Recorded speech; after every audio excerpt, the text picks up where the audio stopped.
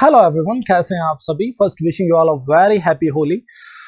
आप सभी को होली की हार्दिक शुभकामनाएं।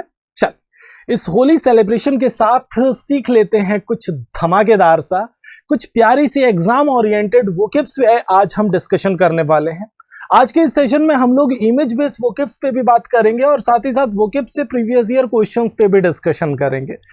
बिल्कुल very good afternoon to all of you, जितने भी एस्पिरेंट्स हमसे जुड़े हैं, जुड़ रहे हैं, जुड़ चुके हैं, सभी को प्यारा सा गुड नून। शुरुआत कर देते हैं आज के सेशन की हमारी फर्स्ट वोकैब के साथ। सबसे पहले आज के वोकैब स्पेशल सेशन में मैंने बोला आपसे कि 2 पार्ट्स पे हम लोग बात करेंगे। हम इमेज बेस्ड वोकैब्स पे भी डिस्कशन करेंगे और साथ ही साथ वोकैब से रिलेटेड प्रीवियस ईयर क्वेश्चंस पे भी बात करने वाले हैं। चलिए तो शुरुआत कर देते हैं वोकैब बेस्ड ऑन इमेजेस। सबसे पहले इमेज बेस्ड वोकैब्स पे हम लोग डिस्कशन करेंगे और उसके बाद चलेंगे वोकैब से रिलेटेड कुछ प्यारे से previous year questions based on synonyms and idioms and phrases. चल शुरुआत कर देते हैं। पहला जो वर्ड है हमारा वो है पर्डिशन। देखो, पर्डिशन का मतलब क्या होता है, ध्यान से समझना। पर्डिशन का मतलब होता है विनाश या तबाही से रिलेट करता है पर्डिशन। अगर मैं बात करूं सैनोनिम्स की तो रन हो गया, सफरिंग हो गया, अंडरवर्ल्ड हो गया, ये सब इसके सैनोनिम्स हो गए। अगर मैं बात करूं इसके एंटोनिम की, सेनोरेशन हो गया और हेल्थ हो गया, ये सब इसके एंटोनिम्स हो जाएंगे। ठीक है, आगे अगर हम बात करें अगले वर्ड की तो अगला वर्ड है हमारा ट्रिकुलेंट। ट्रिकुलेंट का मतलब होता है लड़ाकू या उग्र, जो आप इमेज से आसानी से समझ सकते हैं। ठीक है, अब सैनोनिम्स की बात करें तो अग्रेसिव हो गया, बार्बेरियस हो गया, बेलिकोस हो गया, ये सब इसके सैनोनिम्स हो गए। अगर मैं बात करूं इसके एंटोनिम की तो कोऑपरेटिव हो गया, जेंटल एंड माइल्ड, ये सब हो जाएंगे इसके एंटोनिम्स। आगे बढ़ जाते हैं। तो ट्रिकुलेंट वर्ड याद रखना, कई बार आपके एग्जाम में आ चुका है। अगला है हर्ली बर्ली। बहुत ही प्यारा वर्ड है ये। जैसे बच्चे हैं ना, आपस में हर्ली बर्ली, खलबली चल रही है पूरी तरह से, मुझे टॉफी पहले चाहिए। ठीक है ना, तो हर्ली बर्ली का मतलब होता है हड़बड़ी, खलबली और जल्दबाजी। इससे हम हर्ली बर्ली को कहीं ना कहीं रिलेट कर सकते हैं। सैनोनिम्स की बात करें तो कंफ्यूजन हो गया, टुमुल्ट हो गया और टर्बुलेंस हो गया, ये सब इसके सैनोनिम्स हो गए। अगर मैं बात करूं एंटोनिम की तो काम हो गया, ऑर्डर हो गया, ये सब इसके एंटोनिम्स हो जाएंगे। ठीक है, तो हर्ली बर्ली अच्छे से याद रखना, कहीं ना कहीं कंफ्यूजन या टर्बुलेंस से रिलेट करेगा ये। आगे बढ़ते हैं हम लोग इम्पास को हम गतिरोध से रिलेट कर सकते हैं, बंद गली से रिलेट कर सकते हैं। ठीक है, अगर हम बात करें डेडलॉक, डायलिमा, स्टैंड स्टिल, ये सब इसके सैनोनिम्स हो गए। अगर मैं बात करूं इसके एंटोनिम की तो सॉल्यूशन या एग्रीमेंट इसके एंटोनिम्स हो जाएंगे। अगले वर्ड की ओर हम लोग बढ़ जाते हैं, बिफ्यूडल। अच्छा, बिफ्यूडल बहुत ही प्यारा वर्ड है।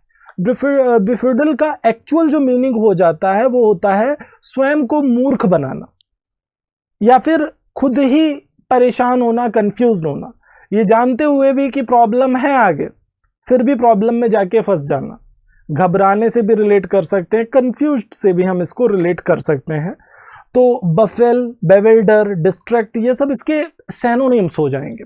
If I am talking about it's antonym that is clarity, clear up और एनलाइटन, ये सारे वर्ड्स इसके एंटोनिम्स हो जाने वाले हैं, दैट इज बिफ्यूडल। आगे बढ़ते हैं हम लोग। अगला जो वर्ड है हमारा वो है डॉयन। डॉयन बहुत ही प्यारा वर्ड है। वरिष्ठ या कोई भी प्रतिष्ठित सदस्य है किसी भी चीज का, या कोई भी बहुत ही एक्सपीरियंस्ड पर्सन है, उससे हम इसको रिलेट कर सकते हैं। वरिष्ठ और एवं प्रतिष्ठित सदस्य इसका मीनिंग होता है। अगर मैं सैनोनिम्स की बात करूं तो चीफ हो गया, कमांडर हो गया, डायरेक्टर हो गया, हेड हो गया, ये सब इसके सैनोनिम्स हैं। अगर मैं बात करूं एंटोनिम की तो एम्प्लॉई या फॉलोवर हो जाएगा इसका एंटोनिम। आगे बढ़ जाते हैं। अब कुछ इमेज बेस्ड वोकैब्स पे तो बात हो गई, चलिए बात कर लेते हैं कुछ सैनोनिम्स पे। एग्जाम में पूछे गए कुछ सैनोनिम्स पे अब हम और आप मिलकर डिस्कशन करेंगे। तो सभी रेडी हैं? सभी रेडी हैं? शुरू किया जाए? यस और no? Are you ready guys? एक बार सेशन को फटाफट लाइक और शेयर कर देना है भाई। क्या कर देना है? सेशन को फटाफट लाइक और शेयर कर देना है। ज्यादा से ज्यादा एस्पिरेंट्स तक सेशन को फैला देना है, पहुंचा देना है। आगे बढ़ जाते हैं। पहला वर्ड है हमारा मोमेंटस, एस को इसके साथ ही लगा लो भाई। मोमेंटस का सिनोनिम क्या होगा, फटाफट देखो और पिक करो अपना आंसर। वेरी गुड,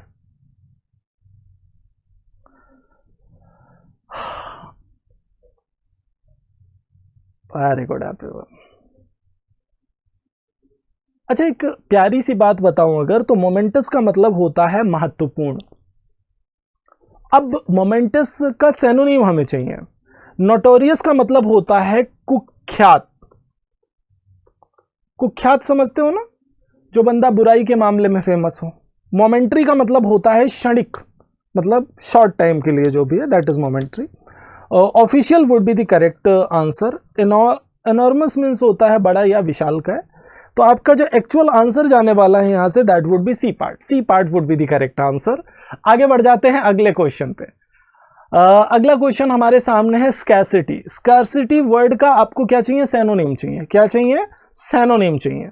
फटाफट देखो और पिक करो अपना answer. Poverty, absent, absence, insufficiency और डिसअपियरेंस। क्या होगा स्कैरसिटी का एक्चुअल सिनोनिम? फटाफट देखो और पिक करो अपना आंसर। फटाफट देखो और उड़ा दो, हलवा सा है।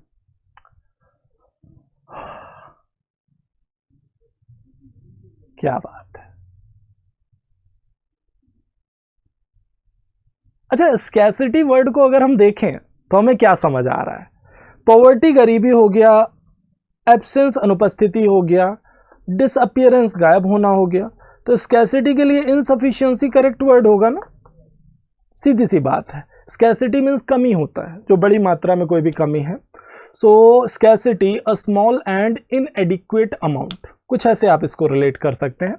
आंसर थर्ड पार्टी जाने वाला है। Very good. क्रिस्मेटिक बहुत ही प्यारा वर्ड है, सी को मैं यहीं पे लगा दे रहा हूं। क्रिस्मेटिक वर्ड का आपको क्या बताना है, सिनोनिम बताना है। फटाफट देखिए और पिक करिए अपना answer. What would be the synonym of charismatic?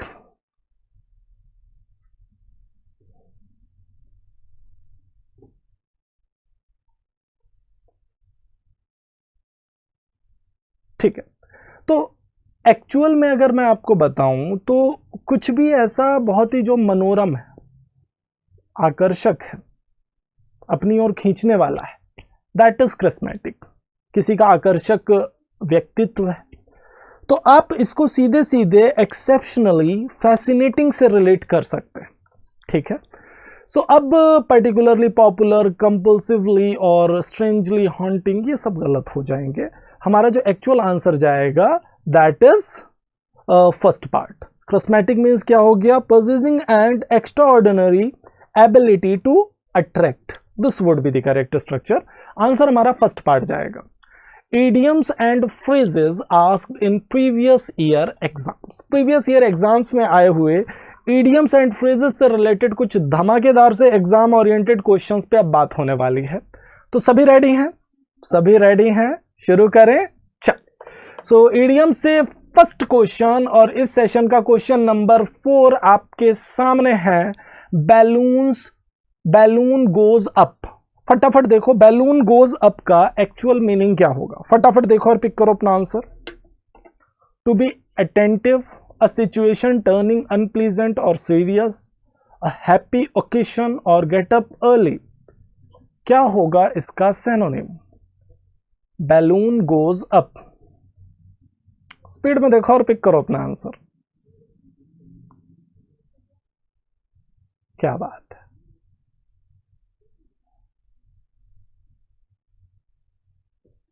Very good. अच्छा, बैलून गोज अप को आप ऐसे रिलेट करो जैसे कि कोई बच्चा है, उसको बैलून दिए गए, उसने बैलून छोड़ दिया और वो ऊपर जा रहे हैं, उड़ते हुए जा रहे हैं। अब सिचुएशन उसके लिए अनप्लीजेंट हो रही है ना, क्योंकि उसको तो वो बैलून चाहिए लेकिन उसको नहीं मिल रहा। ज्यादातर लोगों ने क्या किया, बैलून गोज अप से हैप्पी ओकेशन को रिलेट कर दिया एग्जाम में, कि भाई किसी खुशी के मौके पे कहीं पे बैलून्स उड़ाए गए। लेकिन एक्चुअल आंसर क्या जाएगा हमारा? एक्चुअल आंसर जाएगा B part, a situation turning unpleasant और सीरियस। कोई भी सिचुएशन जो अनप्लीजेंट या सीरियस टर्न होती जा रही है, उसको हम बैलून गोज अप से रिलेट कर सकते हैं। तो एक्चुअल आंसर हमारा बी पार्ट जाने वाला है, बिल्कुल B part would be the correct answer. Okay, अगला क्वेश्चन हमारे सामने है part and parcel. Part and parcel बहुत ही प्यारा इडियम है, काफी इंपॉर्टेंट है एग्जाम के पॉइंट ऑफ व्यू से अगर हम देखें तो। फटाफट देखो पार्ट एंड पार्सल का मीनिंग क्या होगा। किसी भी चीज का जो पार्ट एंड पार्सल है वो क्या है?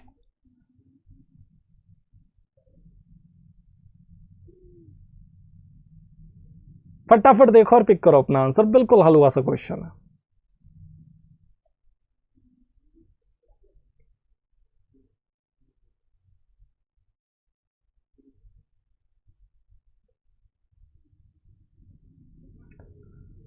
देखो पार्ट एंड पार्सल का मतलब होता है इंपॉर्टेंट पार्ट, मतलब एक्चुअल आंसर हमारा सी पार्ट जाएगा।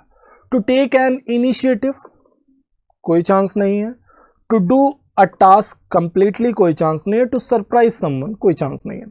एक्चुअल आंसर हमारा सी पार्ट जाने वाला है, बिल्कुल C part would be the correct answer. अगला गेट क्रैशर, अगर कोई बंदा ग्रेट क्रैशर है मींस व्हाट? गेट क्रैशर को आप कैसे रिलेट कर सकते हैं? हम सीआईडी वाले दया की बात नहीं कर रहे हैं, दरवाजा तोड़ो वो वाली बात नहीं हो रही यहां पे। गेट क्रैशर किसे बोल सकते हैं? Invited friend, uninvited guest, a drunk person, a murderer. क्या होना चाहिए हमारा आंसर?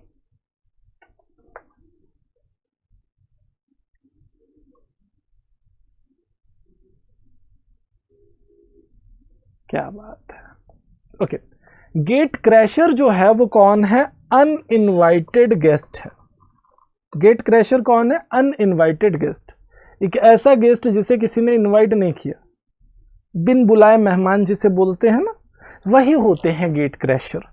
तो इनवाइटेड फ्रेंड का कोई चांस नहीं है, ड्रंक पर्सन, अ मर्डरर, ये सब गलत हो जाएगा। आंसर हमारा बी पार्ट जाने वाला है। आगे बढ़ जाते हैं। As daft as a brush. Daft का मतलब होता है, क्या होता है? ड्राफ्ट को हम रिलेट कर सकते हैं किससे? सिली से रिलेट कर सकते हैं कहीं ना कहीं। चलो फटाफट देखो और पिक करो अपना आंसर। कहीं मैंने आंसर तो नहीं बताया ना?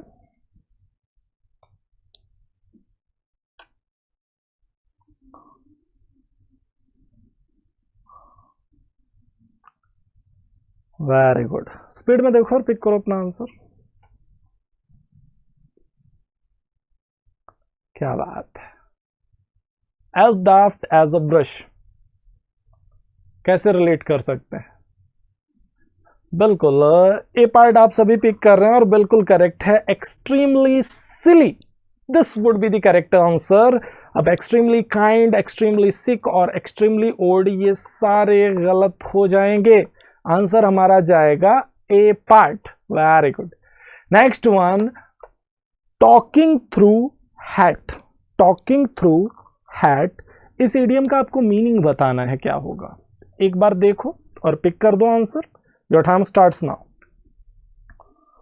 If someone is talking through hat means what?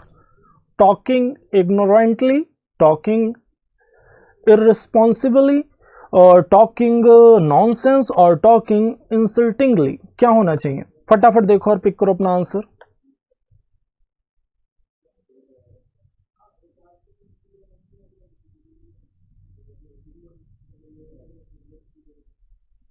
Okay, if someone is talking through hat, he is talking nonsense. ठीक है, सो आपका जो एक्चुअल आंसर यहां से जाने वाला है that would be third part. Third part would be the correct answer. आगे बढ़ जाते हैं। To disabuse one's mind. To disabuse one's mind, इस पर्टिकुलर इडियम का मीनिंग क्या होगा? फटाफट देखो और पिक करो अपना answer. To disabuse one's mind कैसे रिलेट करेंगे इसको?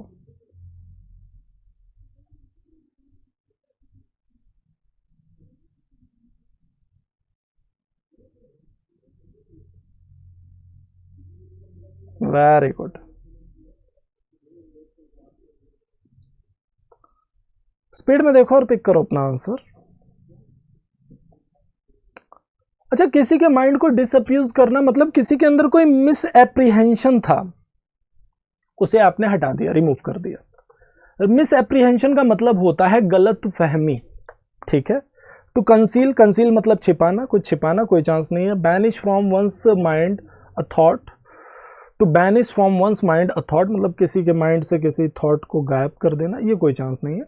To proceed cautiously so as to avoid risks and dangers, कोई चांस नहीं है। एक्चुअल में हमारा आंसर जाने वाला है to remove a misapprehension. Very good. So जो भी बी पार्ट पिक कर रहे हैं बिल्कुल करेक्ट है। Kick the bucket, last question of today's session. फटाफट देखो और पिक करो अपना आंसर। किक द बकेट, इस पर्टिकुलर ईडियम का मीनिंग क्या होगा? इससे रिलेटेड कुछ मैंने पहले भी आपको बताया है। किक द बकेट याद आया कुछ? इस ईडियम का ओरिजिन कैसे हुआ? चल देखो, कुछ लोग क्या कर किक द बकेट कहां से ओरिजिन हुआ कि किसी बंदे ने फांसी लगाने की कोशिश की, वो बकेट पे खड़ा हुआ और बकेट को किक कर दिया और खुद मर गया। तो किक द बकेट को हम रिलेट कर सकते हैं किससे? ये ओरिजिन ही यहीं से हुआ, याद रखना, टू डाई से। अब किक द बकेट को अगर इस कहानी से याद रखोगे तो आप आसानी से इस इडियम को एग्जाम में याद रखोगे। टू किक द बकेट का मतलब क्या हो गया? टू डाई हो गया, ठीक है। चल, सो होमवर्क की बात कर लेते हैं। स्क्रीनशॉट ले लो सभी, कमेंट बॉक्स में सभी को आंसर करना है। एरर डिटेक्शन का क्वेश्चन है। साथ ही to lose ground, last time जो होमवर्क था, इसका मीनिंग होगा क्या? टू बिकमिंग लेस एक्सेप्टेबल, ठीक है। सो आज का सेशन यहीं पे होता है कंप्लीट। आई होप सभी को सेशन में मजा आया होगा। सो दिल कहे तो एक लाइक कर देना, कमेंट करिए, अपना एक्सपीरियंस जरूर शेयर करिए, कैसा लगा आप सभी को सेशन जरूर बताइएगा। शेयर करना बिल्कुल मत भूलिए, चैनल पे नए हैं तो सब्सक्राइब कर देंगे और बेल आइकन प्रेस कर देंगे। मैं मिलता हूं आपसे शाम को 7:30। आज शाम को भी वोकेब स्पेशल सेशन होने वाला है, तैयार रहिए होली स्पेशल सेशन के लिए। तो होली सेलिब्रेशन के साथ ही साथ स्टडी पे भी फोकस रखना है, क्योंकि अभी हमारे back to back CHSL exam लगे हुए हैं, CGL तो चल ही रहे हैं, ठीक है। तो अब CGL एग्जाम हुए हैं कंप्लीट कहीं ना कहीं कल, और अब CHSL एग्जाम्स लगे हुए हैं, और हमें पूरी तैयारी के साथ इस बार ये दिमाग में रखना है कि अगली होली आने तक हम फाइनली सेलेक्ट होने चाहिए। Thank you everyone, thank you.